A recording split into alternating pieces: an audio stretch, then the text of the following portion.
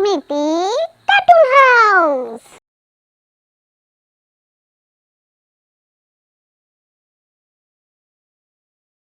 ये है अनीता और ये है सजल। अनीता बहुत ही अमीर घर की लड़की थी, पर इसके लिए वो कभी अहंकार नहीं किया। वो गरीबों के साथ भी बहुत ही अच्छे बर्ताव करती थी और गरीबों को भी अपना दोस्त बनाती थी। अनीता प्यार करती थी सजल से। सजल अनीता की तरह अमीर घर का लड़का नहीं था, बल्कि सजल एक मिडिल क्लास परिवार से ही बिलोंग करता था। अनीता का डर था उसके मम्मी पापा सजल से उसकी शादी होने नहीं देंगी, इसीलिए वो एक दिन सजल के साथ एक मंदिर में जाकर शादी कर लिया। और शादी के बाद जब सजल और अनीता के माता पिता के पास गए, उनके माता पिता ये शादी नहीं माना और सजल और अनीता को घर से निकाल दिया। सजल था बहुत ही अच्छा लड़का, इसीलिए वो लोग गरीब था, फिर भी उन दोनों के दिन बहुत खुशी खुशी गुजर रहा था। इसके बाद कुछ साल बीत गया। अनीता और सजल का एक छोटा सा बेटा जन्म लिया। हमारा बेटा बिल्कुल तुम पर गया है।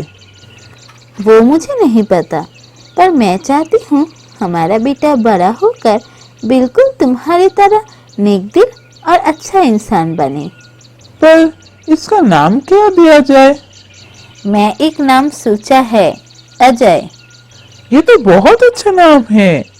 तो फिर आज से हमारे बेटे का नाम हुआ अजय। उन तीनों के दिन बहुत अच्छे से ही गुजर रहा था और धीरे धीरे अजय बड़ा हो गया। पर उन तीनों के ये छोटा सा परिवार में इतनी खुशियाँ ज्यादा दिन तक टिक नहीं पाया। कुछ ही दिनों के अंदर सजल की मौत हो गया। सजल की मौत हो जाने के बाद अनीता बहुत चिंता में पड़ गई। अब क्या होगा? अजय की पढ़ाई कैसे वो चलाएगी और इन दोनों के परिवार भी कैसे चलेगा, ये लेकर अनीता बहुत परेशान हो गई। दूसरी तरफ सजल का एक बड़ा भाई था जिसका नाम है अशक। वो सजल की तरह नेक दिल इंसान बिल्कुल नहीं था, वो बहुत ही बुरा इंसान था। सजल तो मर गया, अब उसकी बीवी और बच्चा है।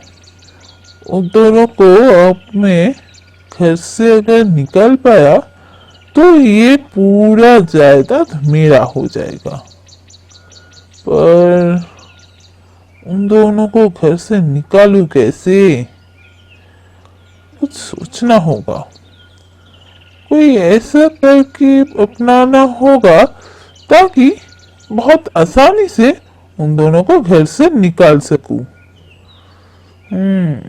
क्या करूं? हाँ, एक आइडिया आया है। ठीक है। उसके बाद अशक गया अनीता के पास। अरे आप यहाँ पर, बोलिए क्या बात है? हाँ, वो तुमसे कुछ बात करना था, इसीलिए आया हूँ। हाँ बोलिए ना, क्या बात है? देखो, सजल का मौत हो गया। अब ये पूरी जायदाद का कानूनी तरीके से बंटवारा होना बहुत जरूरी है। हाँ ठीक है, मुझे इसमें कोई प्रॉब्लम नहीं है। बोलिए मुझे क्या करना होगा? मैं सब कुछ तैयार करके तुम्हारे पास आया हूँ। ये कागज पे बस तुम्हें साइन करना होगा। ये लो। ठीक है दीजिए, मैं अभी साइन कर देती हूँ। ये बोलकर अनीता वो कागज अशक से ले लिया और उसके बाद जब अनीता साइन करने जा रही थी, उसी वक्त अजय बोला, माँ इस तरह वो कागज साइन मत करो, पहले कागज में क्या लिखा है पढ़ लो, फिर साइन करो। ये ठीक नहीं है माँ, पढ़ के साइन करो। नहीं बेटा, ये तो हमारे अपने हैं, ये क्या हमारा कोई बुरा चाहेंगे? अपनों से कोई भी कागज बिना पढ़े हुए भी साइन किया जा सकता है। ये बोलकर अनीता उस कागज में साइन कर दिया। उसके बाद अशोक वो कागज अनीता से ले लिया और फिर बोला, तुम अगर अपने बेटे की बात सुन लेती तो वो तुम्हारे लिए अच्छा ही होता। सुनो, तुम्हें मैं 2 घंटे की वक्त दे रहा हूँ। उसके अंदर अपने बेटे को लेकर इस घर से निकल जाना। इस कागज में लिखा हुआ था कि तुम इस घर और इस घर की सारा सामान मेरे नाम कर रहे हो, इसीलिए इस घर से कुछ भी लेकर नहीं जा सकते तुम। बस अपने बेटे को लेकर इस घर से निकल जाना।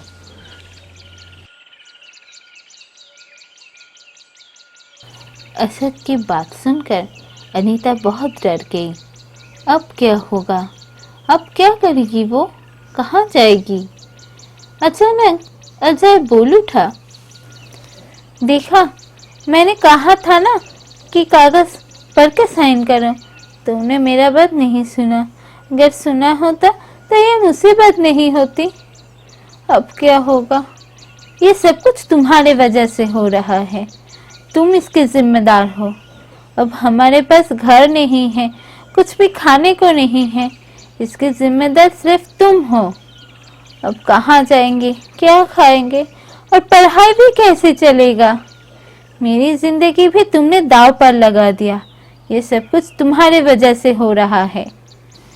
ये तो क्या बोल रहा है अजय? मैं जिम्मेदार हूँ? मेरी वजह से सब कुछ हो रहा है? मैंने क्या किया? मैं तो बस उन पर भरोसा किया था। लोग अपने पर ही तो भरोसा करते हैं, है ना? वो तो हमारे अपने हैं, इसीलिए उन पर भरोसा किया था। ये मेरा कसूर है क्या? पर मैंने तो तुमसे कहा था ना, वो कागज पढ़ के साइन करो। अपने पर भी इतना भरोसा नहीं करना चाहिए माँ, ताकि कोई भी कुछ भी कर ले। अजय की बात सुनकर अनीता को बहुत बुरा लगा और वो सोचने लगी, आज मैं एक वादा कर रही हूँ अजय, एक दिन तुझे मैं बहुत बड़ा इंसान बनाऊंगी, बहुत पढ़ाई करवाऊंगी। पर जिस दिन तू बहुत बड़ा इंसान बन जाएगा ना, उस दिन मैं तेरी जिंदगी से बहुत दूर चली जाऊंगी। तू ढूंढकर भी मुझे वापस नहीं ले कर आ पाएगा। इसके बाद अनीता अजय को लेकर उस घर छोड़कर चली गई। उसके बाद अनीता बहुत मुश्किल से एक घर की इंतज़ाम किया और उसके बाद अनीता कुछ घरों में बर्तन धोना, खाना पकाना, ऐसे कुछ काम ले लिया और इसके साथ ही वो कुछ बच्चे को पढ़ाना शुरू किया। सब कुछ मिलाकर जो रोजगार होता था, उससे उन दोनों के दिन बहुत ही मुश्किल से गुजर रहा था और अजय का भी पढ़ाई चलता रहा। इसके बाद कुछ साल बीत गया और अजय भी बहुत बड़ा हो गया और अजय एक बड़े कंपनी में एक अच्छे पद में नौकरी भी करने लगी। अजय, मैं तुझसे वादा किया था कि तुझे बड़ा इंसान बनाऊंगी और जिस दिन तू अपने पैरों पर खड़ा हो जाएगा, उसी दिन मैं तुझे छोड़कर चली जाऊंगी। वो दिन आ गया है। अब तेरी जिंदगी में मेरी ज़रूरत ख़त्म हो चुका है, इसीलिए मैं तुझे छोड़कर जा रही हूँ अजय। आज तेरा पहला दिन है ना ऑफिस में। आज ही तो वही दिन है जिस दिन मुझे बहुत दूर जाना होगा। और पहले दिन ऑफिस के बाद अजय घर आकर अपने माँ को घर में कहीं भी ढूंढ नहीं पाया। अजय पूरा घर अच्छे से ढूंढा पर उसकी माँ नहीं मिला। पता नहीं माँ कहाँ चला गया। माँ क्या किसी के घर में गए हैं? एक काम करता हूँ, कुछ देर तक घर में ही इंतजार कर लेता हूँ और अगर माँ फिर भी नहीं आए तो उन्हें ढूंढने बाहर जाऊंगा। तो दोस्तों, अजय क्या अपनी माँ को ढूंढ पाएगा? अगर ये सवाल के उत्तर जानना है तो देखो इस स्टोरी की दूसरे भाग।